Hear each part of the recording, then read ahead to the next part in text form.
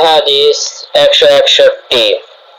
আবু হুরায়রা রাদিয়াল্লাহু আনহু থেকে বর্ণিত, একদা তিনি আমাদের সাথে যাচ্ছিলেন। লোকেরা তখন পানির পাত্র থেকে পানি নিয়ে ওযু করছিল।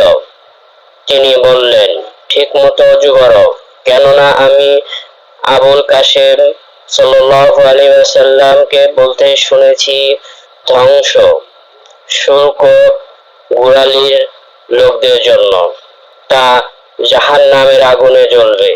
হাদিস 162।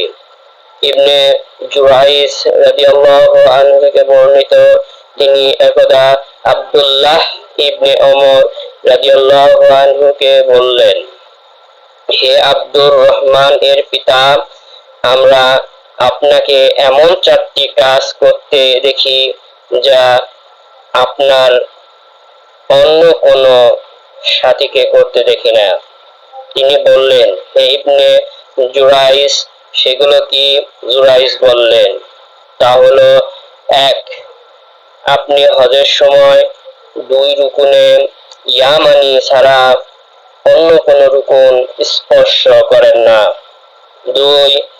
আপনি সিফতি জুতা, লোমশূন্য চামড়ার জুতা পরিধান করেন। 3. আপনি হলদে রং ব্যবহার করেন।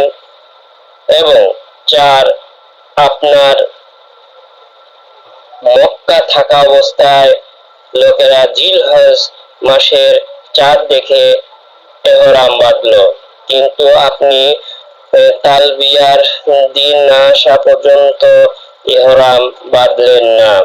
তিনি এসব প্রশ্নের উত্তরে বললেন, আমি রাসূলুল্লাহ সাল্লাল্লাহু আলাইহি ওয়াসাল্লামকে 2টি রুকুনে ইয়ামানি ছাড়া অন্য কোন রুকুন স্পর্শ করতে দেখিনি। সিফতি জুতার কথা হলো, আমি রাসূলুল্লাহ সাল্লাল্লাহু আলাইহি ওয়াসাল্লামকে লোমবিহীন জুতা পরতে দেখেছি এবং তিনি তা পরা অবস্থায় ওযু করতেন, কাজেই আমি তা পরা পছন্দ করি। আর হলদে রঙের কথা হলো, আমি রাসূলুল্লাহ সাল্লাল্লাহু আলাইহি ওয়াসাল্লামকে হলদে কাপড় ব্যবহার করতে দেখেছি, কাজেই আমি তা পছন্দ করি। আর ইহরাম বাঁধার ব্যাপারটি হচ্ছে, আমি রাসূলুল্লাহ সাল্লাল্লাহু আলাইহি ওয়াসাল্লামকে ততক্ষণ ইহরাম বাঁধতে দেখিনি যতক্ষণ তার সওয়ারি সফরের উদ্দেশ্যে না দাঁড়াচ্ছে।